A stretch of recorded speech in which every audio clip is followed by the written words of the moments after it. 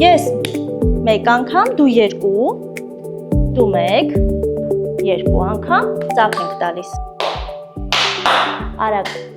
Բառեր ոչ, բայց երաժշտություն, ռիթմ են կարողանում լսել նրանք։ Զգալով, հնչյուններն այս երեխաների համար ձայներ չեն, այլ շարժումներ։ Ու այս գունեղ երաժշտական դասասենյակում ռիթմիկայի դասերին լսողության խանգարում ունեցող երեխաները հենց երաժշտության ընկալումն են սովորում, որ դրանով արտահայտեն նաև սեփական հույզերը։ Բացի այն, որ կրթական տեսակետից շատ կարևոր է կահավորված, պատրաստի սենյակ ունենալը, նաև գեղագիտական կողմ ունի, որ երեխաները ավելի հաճույքով կգան, ավելի իրենց համար գեղեցիկ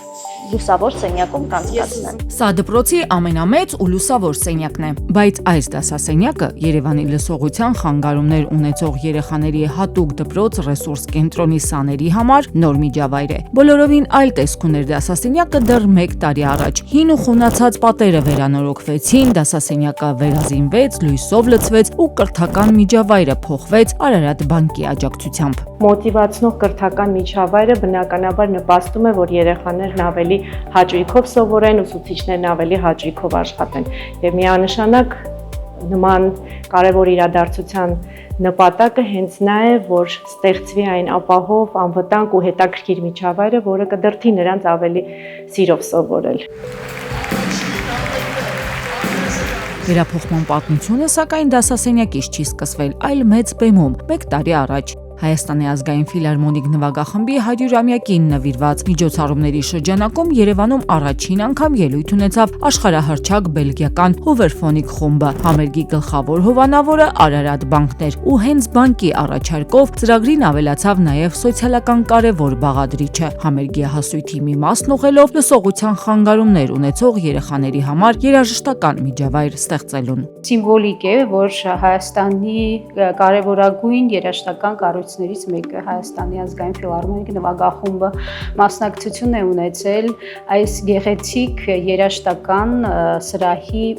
բարեկարգմանը։ Ցավոք շատ հաճախ չեն նման սոցիալական պատասխանատվության կոմպոնենտ պարունակող ծրագրերը, որոնք մենք իրականացնում ենք բիզնես ոլորտի ներկայացուցիչների հետ,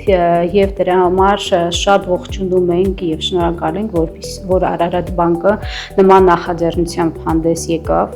եւ մենք էլ մեծ ողջավորվածությամբ եւ ուրախությամբ միացանք այս նախաձեռնությանը։ 1 տարի առաջ Հայաստանի ազգային ֆիլհարմոնիկ նվագախմբի հետ համագործակցությամբ հենց հոբելյանական